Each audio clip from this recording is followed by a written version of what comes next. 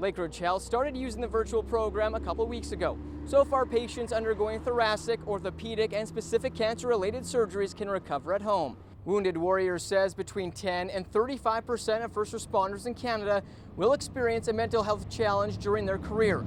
The program is set up to help around 200 across Ontario a year. How long will these new restrictions last? Perkins is prepared for it to be like this for most of the season. The ASD program here in Oshawa is the first of its kind in Canada. But Robert Studer has his sights set on an even bigger target. He wants to grow the program across the country and give others living with autism a safe outlet to not only hit bullseyes in the sport, but the rest of their lives. Perfetti has a number of goals heading into next season. He not only wants to crack the Jets lineup, but wants to represent Canada at the World Juniors. While Durham College and Ontario Tech have made incentives for students to at least start the school year in the online hybrid model, both institutions are waiting to decide what to do with the winter semester. Last year, over 1,100 backpacks were given out, the most in the program's 14 years. But Savage says numbers have dropped drastically this year, as only 750 students are registered and donations are also down. The city budgets between $4 and $5 million a year to fix potholes. Residents can report any that remain unfixed to 311. Prostate cancer is the most common cancer in men in Canada.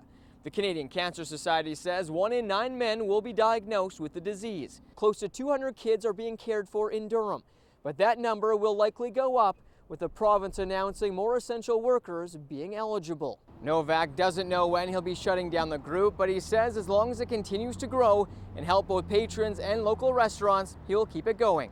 We fall down without our hands on the floor. Denise Laframboise is now training 2 times a week. The mother of 3 is doing so in order to learn how to defend herself. Pre-COVID, I was going into people's homes. Maybe people I talk to on the phone, but people I don't know. Anything could happen. You're in a situation where you're vulnerable. Go. This self-defense program is something the mortgage broker helped create after a 50-year-old woman was assaulted in her neighborhood and left for dead while out for a walk in the summer. I worry about my kids and bullies and stuff, and until that attack, I never really thought about myself. Self-defense is not something where you do for one day and boom, you have it. Igor Mamouche wanted to establish a women's self-defense class before the pandemic, but it wasn't until Laframboise approached him after being closed for 3 months that it came to fruition. It's one of those things where you do continuously because you need to build muscle memory.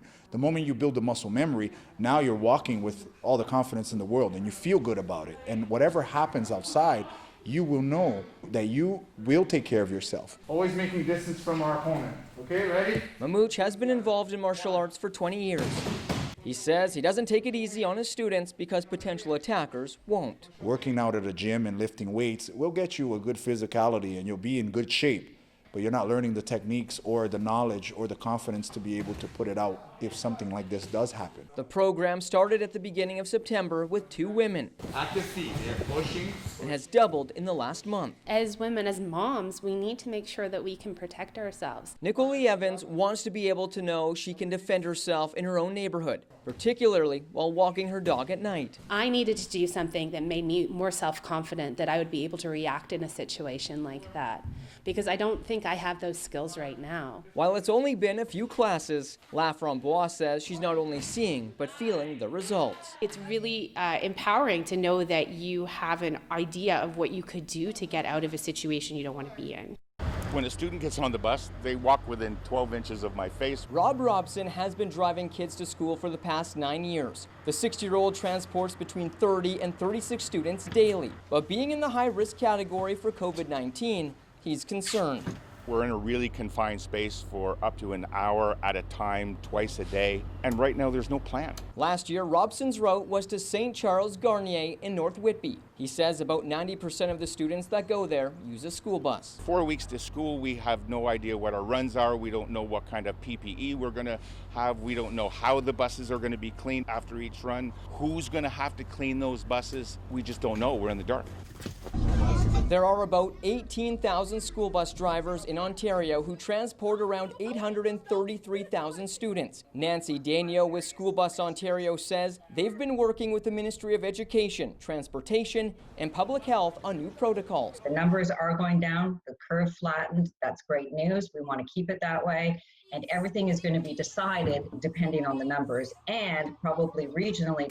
As for parents, just like sending their kids back to school, the reaction is mixed about having them take a bus again. If they wear a mask, absolutely. They haven't figured everything out yet. I'd be trying to find any other option that I could. We've pulled out all the stops. Last week, the Ford government announced $40 million for cleaning and sanitizing supplies for buses, as well as PPE for drivers. The operators are going to be working very closely with the drivers to make sure that safety protocols are in place. They understand them. They understand when hand sanitizer is to be used, how to wear your masks, and when to put on the visors. While plans are in the works, the government is encouraging alternate forms of travel and recommending assigned seating. Danielle couldn't give a date, but they're hoping to have something solidified in the coming days. We have to check the arms. Meanwhile, Robson says the longer bus drivers have to wait for a plan, the more unprepared they will be, and the greater the risk of losing staff. Aaron Streck, Global News.